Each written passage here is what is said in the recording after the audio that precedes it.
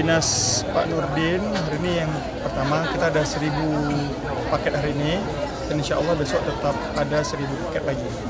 Hari ini yang kita subsidi 50.000 Pak Nurdin ya, per paket, jadi total paketnya itu 156.000. Komoditasnya apa aja Pak?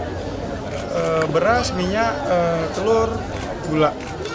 Pak, untuk menanggapi inflasi ini, apa yang bakal dilakukan Pemko ke depan, Pak? Ya, ini juga salah satu program kita untuk menjaga inflasi, karena kita ingin daya beli masyarakat tetap ada. Makanya program-program seperti ini itu memang diharapkan oleh masyarakat. Sekalian kita juga dari Pemko ingin menjaga stabilitas harga, juga untuk mendukung dan menjaga inflasi itu tetap terjaga di harga yang range yang oke lah.